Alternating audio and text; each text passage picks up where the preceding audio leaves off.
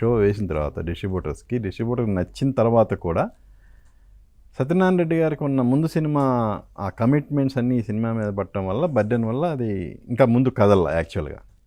ఆ టైంలో ఎలా దాన్ని ముందు తీసుకెళ్ళి నాకు బాధ ఉండేది. సత్యనారాయణ ఏం చేద్దామంటే ఏం చేస్తాను, నా ఫ్రెండ్ తను ఇరుక్కుని ఉన్నాడు, తనకి కావాలని చేసింది ఏది కాదు. తనకు తెలుసు కదా మీకు సినిమా అంటే ఎంత ప్రాణం అతనికి. సో కాదు ఏం చేయగలుగుతాం. సో బట్ సత్యనారాయణ ఎప్పుడు ఒక మాట చెప్పేవాడు, ఇది మంచి సినిమా, ఇది మంచి సినిమా, ఇది బయటికి వెళ్తుంది, నువ్వు ధైర్యంగా ఉండు అని చెప్తూ ఉండేవాడు నాకు. అట్లాగే అది బిజినెస్ అవటం, నా దాసరి గారు తీసుకోవటం, ఫస్ట్ దాసరి గారే దాన్ని తీసుకుంది నైజాంకి.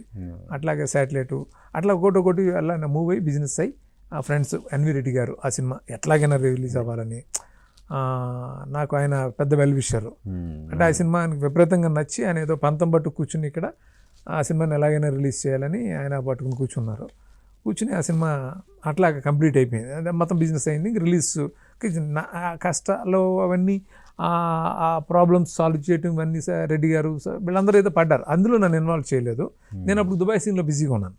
ఓకే ఓకే ఇది ఫినిష్ అవ్వకుండా దుబాయ్ సీన్ స్టార్ట్ చేసేసాను. అదే మీరు కాపీ తీసిన తర్వాత దుబాయ్ సీన్ స్టార్ట్ చేశాను.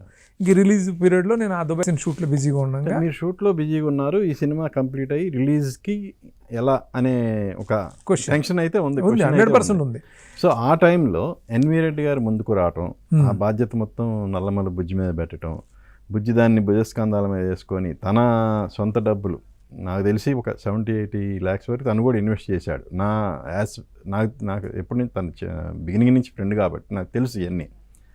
సో మీకు ఎప్పుడు ఈ సినిమా డెఫినెట్గా థియేటర్లోకి మనం వస్తుంది, గ్యారంటీగా ఒక మంచి సినిమా అవుతుందన్న కాన్ఫిడెన్స్, అంటే సినిమా బిగినింగ్ నుంచి మంచి సినిమా అనేది తెలుసు, బట్ ఈ హార్డిల్స్ అన్నీ దాటుకొని థియేటర్లోకి వెళ్తుందన్న కాన్ఫిడెన్స్ మీకు ఎప్పుడు వచ్చింది? ఫ్రమ్ ది డే వన్ ఉంది నాకు ఇది. లేకపోతే నేను ఎందుకు నా సొంత డబ్బు పెట్టి ఫినిష్ చేస్తాను సినిమాని? సొంత డబ్బు ఎందుకు పెడతాను? నేనే సబ్జెక్ట్ మీద నమ్మకం ఉండటం వేరు, ఫినిష్ చేయడం వేరు. వన్స్ ఫినిష్ అయిన తర్వాత కూడా ఒక బిగ్ హార్ట్ మన కళ్ళ ముందు కనపడ్డప్పుడు అది ఇది చాలా కష్టం. నాకు సత్యనారాయణ రెడ్డి చెప్పేవాడు, నువ్వు వర్రీ అవ్వకు, ఈ సినిమా రిలీజ్ అవుద్ది, నువ్వు అలా కూల్గా ఉండు, నువ్వు ఆ సినిమా చేయి అంటే నాకు అంత వెల్ విషర్తాను. నువ్వు ఆ సినిమా చేయి, మళ్ళీ దాన్ని అక్కడ డిస్టర్బ్ అవ్వకు.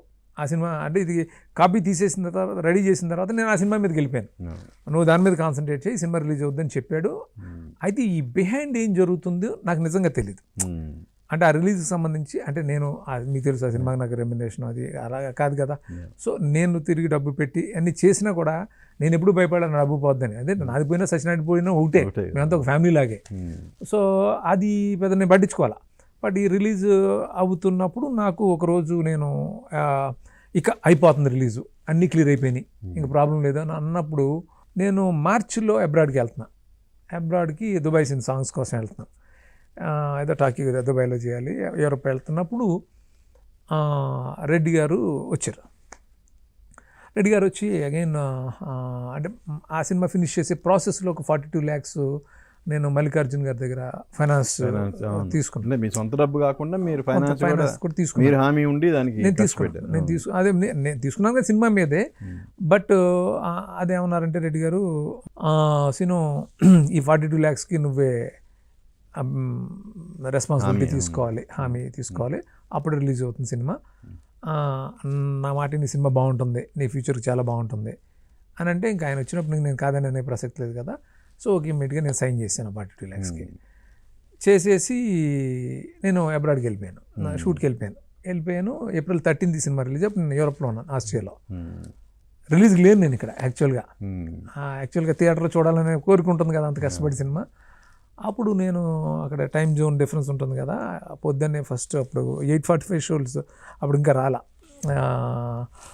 బ్రహ్మరామ్మ నుంచి అందరూ చూసి ఫోన్ చేసి చెప్పారు, ఎక్స్ట్రాడినరీగా ఉంది సినిమా, చాలా మంచి హిట్, చాలా పెద్ద హిట్ అది అని చెప్పి రెడ్డి గారు అందరూ ఫోన్ చేసి చెప్పారు. Felt so happy. సో అది ఒక మంచి జర్నీ. అంటే ఎప్పుడు కూడా రెసిలియన్స్ అంటారు కదా, తట్టుకోవడం.